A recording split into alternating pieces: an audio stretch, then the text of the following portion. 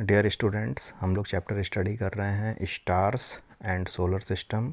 और इसमें बच्चे हम लोग जो अपना नेक्स्ट टॉपिक डिस्कस करेंगे वो है बच्चों एक्टिविटी 17.3। तो चलिए इस एक्टिविटी को हम लोग परफॉर्म करते हैं और देखते हैं इसके बाद हमें आगे क्या कंटिन्यू करना है इस चैप्टर में। Draw a circle of about 1 metre diameter on the ground. बच्चों आपको क्या करना है कि ग्राउंड पे जाओ और एक सर्किल ड्रॉ करो जिसका डायमीटर क्या है 1 metre. Ask one of your friends to stand at the centre of this circle. ठीक है, और आप अपने एक फ्रेंड से बोलो कि वो इस सर्किल के सेंटर पे खड़ा हो जाए। You revolve around your friend in such a manner that your face always remains towards him. अब क्या करना है बच्चों, आपको अपने फ्रेंड्स के तरफ, ठीक है, उसके चक्कर लगाना है और आपको क्या रखना है कि आपका जो फेस है हमेशा उसके फेस की ही तरफ रहे। Can your friend see your back. तो जब आप मूव करोगे, चक्कर लगाओगे उसके चारों तरफ, तो क्या वो आपके बैक को देख पाएगा। How many rotations did you complete in one revolution. और एक चक्कर लगाने में आपने कितना रोटेशन लिया, आप कितनी बार घूमे। The moon revolves around the earth in a similar manner. उसी तरह से बच्चों मून भी क्या होता है, अर्थ के चारों तरफ घूमता है। The moon completes one rotations on its axis as its completes one revolution around the earth. ठीक है बच्चों, तो मून क्या करता है, मून जो है एक चक्कर अपना लगाता है। ठीक है, moon completes one rotations on its axis as it completes one revolution around the earth. तो मून क्या करता है बच्चों, जो मून होता है ना, ये अर्थ का जो चारों तरफ ये जो मून चक्कर लगाता है, तो मून अपने एक्सिस पे भी घूमता है। ठीक है, तो मून खुद घूमते हुए, मतलब मून घूमते हुए इस तरह से वो अर्थ के चारों तरफ घूमता है। ठीक है, तो मून खुद भी घूमता है और वो अर्थ का भी चक्कर लगाता है। The moon completes one rotation on its axis as its completes one revolution around the earth. तो ये जो मून होता है ना, मून मून जो अर्थ का वन चक्कर लगाता है कंप्लीट इस तरह से, तो एक चक्कर कंप्लीट लगाता है मून, और मून अपना खुद का भी एक ये रोटेशन ऐसा ले लेता है इस अर्थ के एक चक्कर को लगाने के लिए।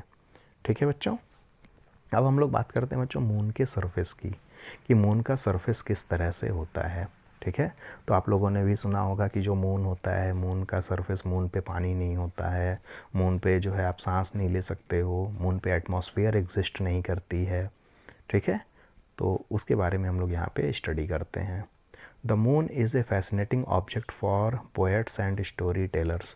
तो बच्चों ये जो मून होता है ना, मून को बहुत सारे लोग पसंद करते हैं, किस लिए, अपनी पोइट्री में। ठीक है, पोएम सुनाने के लिए और कहानियों को सुनाने के लिए बहुत सारे लोग मून का यूज करते हैं। But when astronauts landed on the moon, लेकिन वहीं बच्चों जब एस्ट्रोनॉट्स लोग मून पे लैंड किए, they found that moon's surface is dusty and baron.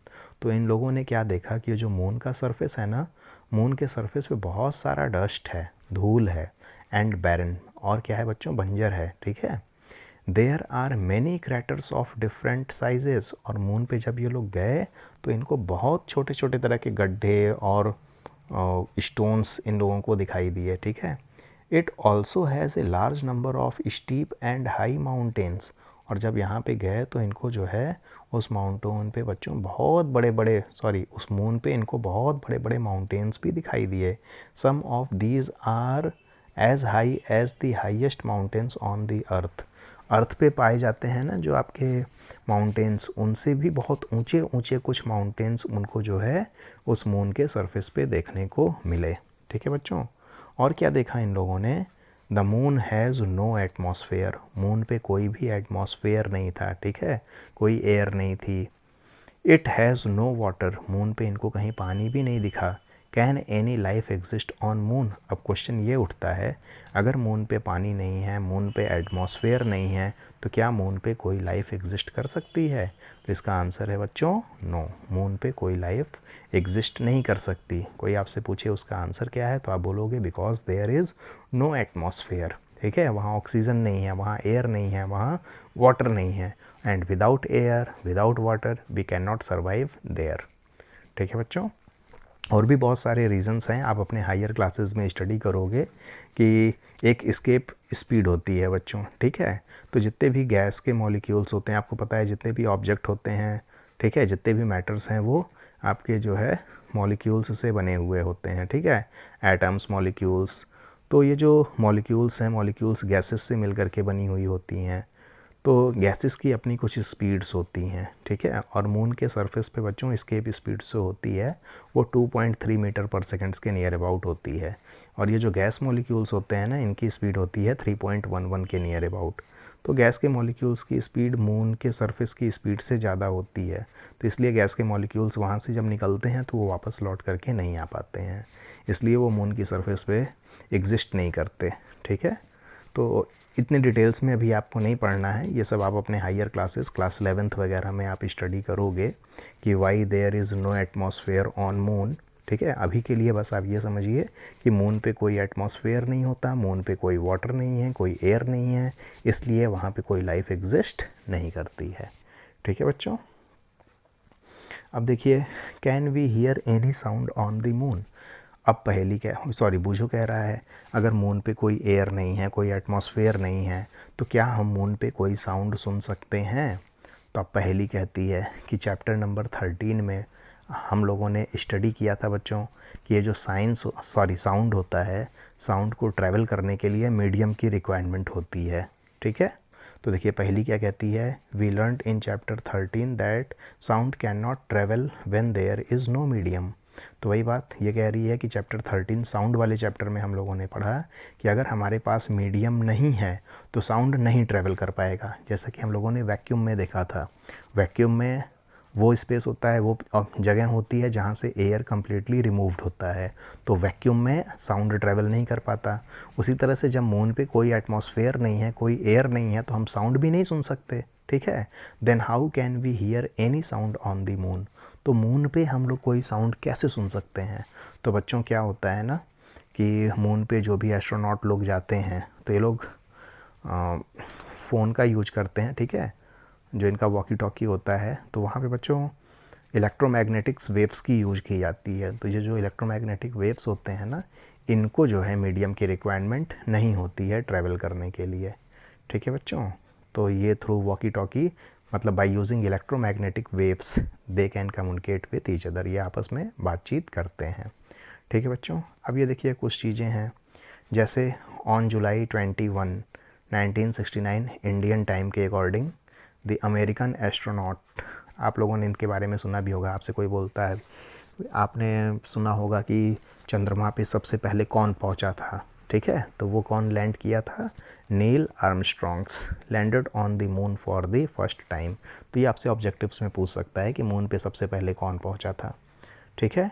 He was followed by Edwin Aldrin, ठीक है, और इनके साथ कौन गया था, एडविन एल्ड्रिन गए थे। लेकिन स्पेस पे पहले कौन उतरा था मून पे, तो वो थे आपके नील आर्मस्ट्रॉन्ग्स, पहले ये उतरे, फिर उनके बाद उस स्पेसशिप से आपके एडविन एल्ड्रिन उतरे, ठीक है। ये चीज़ क्लियर है बच्चों। तो चलिए नेक्स्ट हम लोग स्टडी करते हैं स्टार्स के बारे में। तो आप लोगों ने मून स्टडी कर लिया, मून के फेजेस देख लिए, ठीक है, मून के डिफरेंट डिफरेंट फेजेस, मंथ किस तरह से डिक्लेयर हुआ। तो नेक्स्ट हम लोगों का है stars. What other objects do you see in the night sky. तो बच्चों स्काई में और आपको मून के अलावा क्या दिखाई देता है, स्टार्स दिखाई देता है। There is a large number of stars in the sky. तो रात में बच्चों हम लोगों को बहुत ज़्यादा स्काई देखने को मिलते हैं। Observe carefully on a dark night and from a place away from a big city, ठीक है। तो कह रहा है कि आप लोग डार्क नाइट में जो है आप इन स्टार्स को देखो और आप सिटी से दूर रहो, ठीक है, मतलब ऐसी जगह पे रहो जहाँ पे नाइट क्या हो, आपकी क्लियर हो। Are all the stars equally bright. तो कह रहा है कि जब आप स्काई में देखोगे आसमान में, तो जितने भी स्टार्स हैं क्या सारे स्टार्स एक जैसे ही चमक रहे हैं। Are they of same colour, क्या सभी स्टार्स का कलर एक जैसा है। In fact stars emit light of their own. और बच्चों ये जो स्टार्स होता है एक्चुअल में क्या होता है कि स्टार्स की अपनी लाइट खुद की होती है। ये जो मून है, मून की अपनी खुद की लाइट नहीं होती है।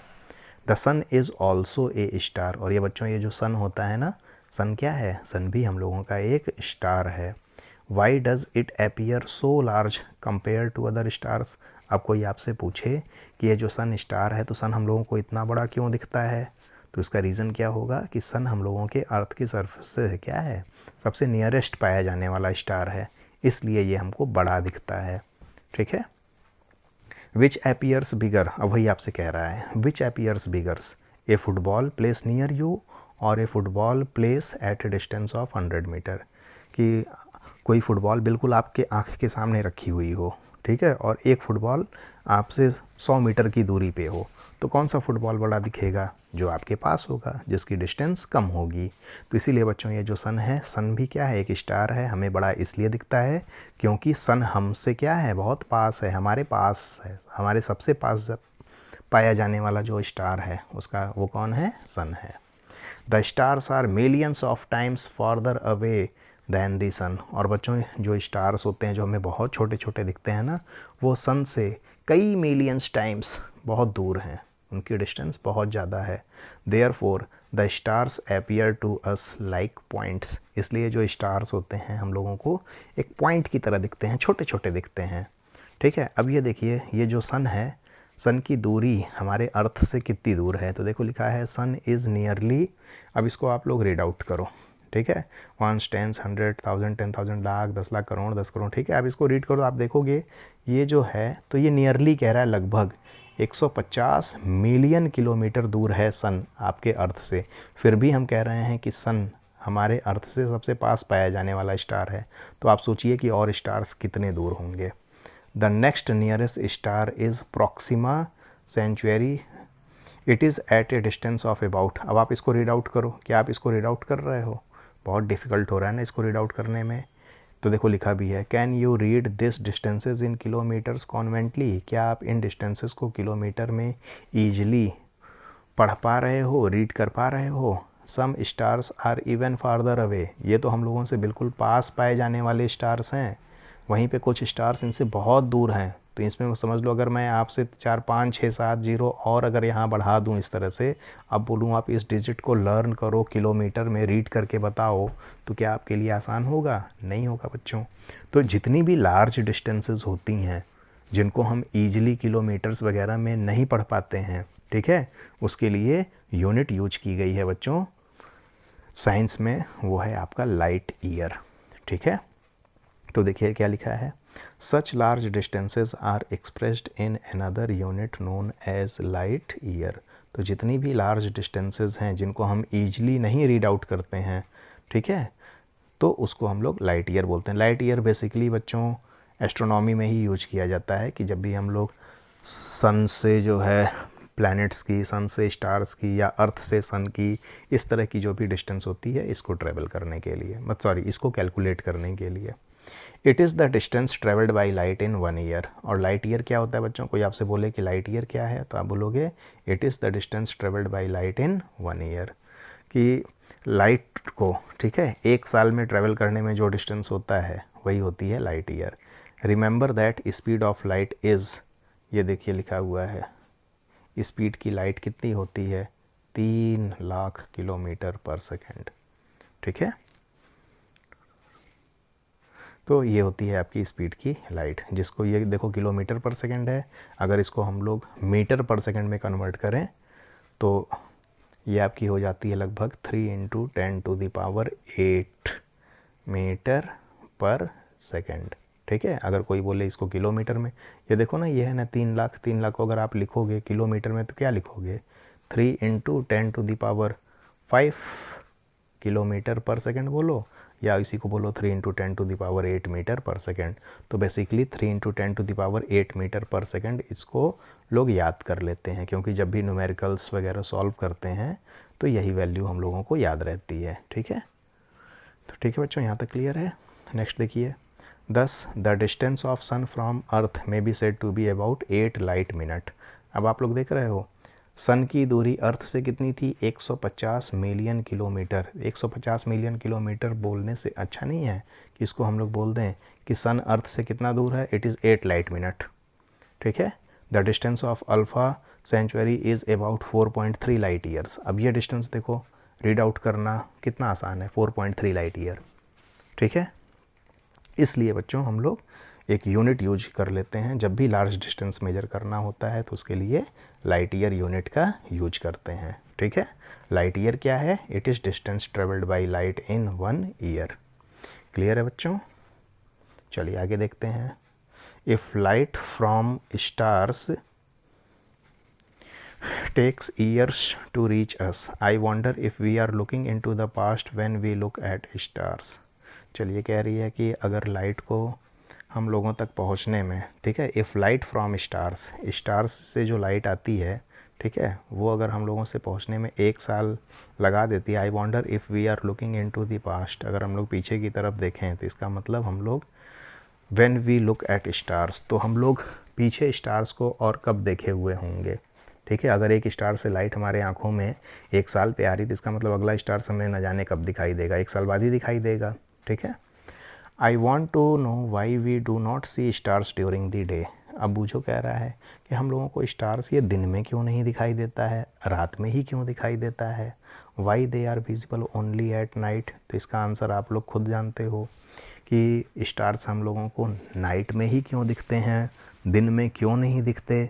तो बच्चों दिन में हम लोगों को ये जो स्टार्स हैं इसलिए नहीं दिखाई देते क्योंकि जो सन, हमारा जो स्टार है, वो बहुत ही ब्राइट होता है, उसकी रोशनी इतनी ज़्यादा होती है कि जो और स्टार्स होते हैं वो उसकी रोशनी में छुप जाते हैं।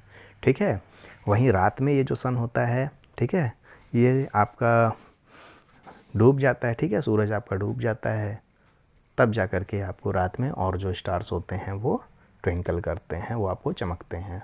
ठीक है, in fact the stars are present in the sky during the day time also. तो बच्चों यही कह रहा है कि जो आपके स्टार्स होते हैं ना, वो आपके दिन में भी आसमान में प्रेजेंट होते हैं। However they are not visible then because of the bright sunlight. ये दिन में हम लोगों को क्यों नहीं दिखाई देते?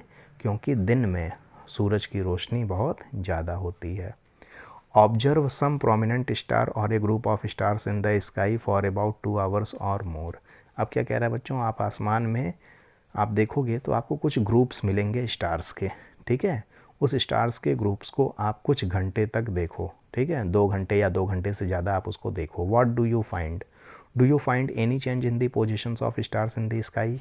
तो कह रहा है कि आपको दिखाई देगा कि जो स्टार्स हैं इनकी पोजिशन चेंज हो रही है। ठीक है, you will find that the stars appears to move from east to west. तो आप लोग देखोगे कि ये जो स्टार होता है, स्टार जो मूव करता है ईस्ट से वेस्ट की तरफ मूव करते हुए आपको दिखेंगे। A star which rises in the east in the evening sets in the west in the early morning. तो बच्चों कह रहा है जितने भी स्टार्स आपको ईस्ट में, a stars rises in the east in the evening, a star which rises in the east in the evening, वो स्टार बच्चों जो शाम को, ठीक है, राइज करता है। A star which rises in the east in the evening, ठीक है, तो वो स्टार जो ईस्ट में, ठीक है, शाम के समय आपको जो भी राइज करेगा वो जो है नेक्स्ट मॉर्निंग में आपको वेस्ट में डूबता हुआ जाते हुए दिखाई देगा। Why do stars appear to move from east to waste.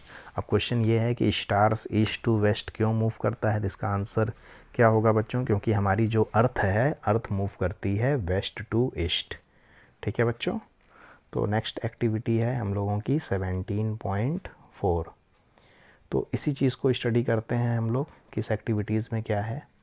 Stand in the centre of a big room and start rotating, कि आप अपने एक बड़े रूम के सेंटर में खड़े हो जाओ और आप रोटेट करो। In which direction will the objects in the room appear to move. तो आप देखोगे कि आप जिस डायरेक्शन में मूव कर रहे हो, अगर आप इस तरह से मूव कर रहे हो तो आपको जितने भी ऑब्जेक्ट होंगे वो उसके अपोजिट डायरेक्शन में मूव करते हुए दिखाई देंगे। Do you same them moving in the direction opposite to your motion. तो ये होता है बच्चों, आप इसको करके भी देखना। आप एक रूम में खड़े हो जाना सेंटर में, आप गोल गोल घूमना, ठीक है, चक्कर लगाना। आप देखोगे जितने भी ऑब्जेक्ट हैं वो आपके मोशन के अपोजिट डायरेक्शन में घूम रही होंगी। पहेली recalls that when she is in a moving train. पहेली को तभी याद आया कि जब भी वो ट्रेन में बैठती है, तो आप लोग देखते हो ना बच्चों, ट्रेन आगे की तरफ जाती है, लेकिन जितने भी ऑब्जेक्ट्स होते हैं आपको लगता है कि वो ऑब्जेक्ट पीछे की तरफ मूव कर रहा है। ठीक है, तो देखो लिखा है when she is in moving train the near by trees. तो ट्रेन के पास में बाहर जो भी ट्रेज हैं, जो भी बिल्डिंग्स हैं, ये क्या प्रतीत होता है कि ये सारे जो है बैकवर्ड डायरेक्शन में, मतलब ट्रेन की अपोजिट डायरेक्शन में मूव कर रहे हैं। If the stars appears to move from east to west, तो स्टार्स आपके ईस्ट टू वेस्ट मूव कर रहे हैं, इसका मेन मतलब क्या है कि हमारा जो अर्थ है, अर्थ का रोटेशन कहाँ हो रहा है, वेस्ट टू ईस्ट। तो ये भी आपसे कभी कभी पूछ लेता है कि स्टार्स का मोशन क्या होता है और अर्थ का मोशन क्या होता है। ठीक है, तो स्टार, स्टार क्या है बच्चों, सन है। तो इस तरह से याद रखना, स्टार सन है, सन किधर निकलता है, ईस्ट से, डूबता किधर है, वेस्ट में। तो आप इस तरह से याद कर लेना कि स्टार का जो मोशन होता है वो ईस्ट से वेस्ट होता है, इसी का अपोजिट कर दोगे तो वो अर्थ का हो जाएगा। ठीक है बच्चों, now I understand why the sun appears to rise in the east and set in the west as the earth rotates from west to east on its axis. ठीक है, तो अब जा कर के ये बूझो को ये बात समझ में आई कि अब हमको समझ में आया कि ये जो सन है ये ईस्ट में क्यों उगता है और वेस्ट में क्यों डूबता है, क्योंकि हमारी जो अर्थ है, अर्थ रोटेट करती है west to east on its axis. ठीक है, तो अर्थ हमेशा बच्चों थोड़ी सी टिल्टेड होती है, झुकी होती है इस तरह से, और ये इसका नॉर्थ होता है, ये इसका साउथ होता है, और ये इसका सेंटर में इक्वेटोरियल प्लेन होता है। ठीक है, तो ये अर्थ अपने एक्सिस पे इस तरह से रोटेट करती है, घूमती है। क्लियर है बच्चों यहाँ तक? My grandfather told me that there is one star in the sky which does not move at all, how is it possible. तभी पहेली कहती है कि इनके दादाजी ने बताया था कि आसमान में एक स्टार होता है, ठीक है, वो अपनी जगह से मूव नहीं करता है, विच does not move at all. तो पहली कहती है हाउ इज़ इट पॉसिबल, ऐसा कैसे पॉसिबल है। ठीक है, तो इसके बारे में बच्चों, इस स्टार्स के बारे में, वो कौन सा ऐसा स्टार है जो स्काई में बिल्कुल फिक्स होता है, क्योंकि अभी आप लोगों ने पढ़ा कि स्टार्स जो होते हैं वो मूव करते हैं ईस्ट टू वेस्ट, लेकिन उसके बावजूद पहेली कहती है कि इनके दादाजी ने बताया कि स्काई में एक स्टार ऐसा भी होता है जो बिल्कुल नहीं मूव करता। ठीक है, तो उस स्टार्स के बारे में बच्चों हम लोग एक्टिविटी 17.5 जो है उसके बारे में स्टडी करेंगे, और इसको हम लोग अपने नेक्स्ट लेक्चर में कवर अप करेंगे। So have a good day students.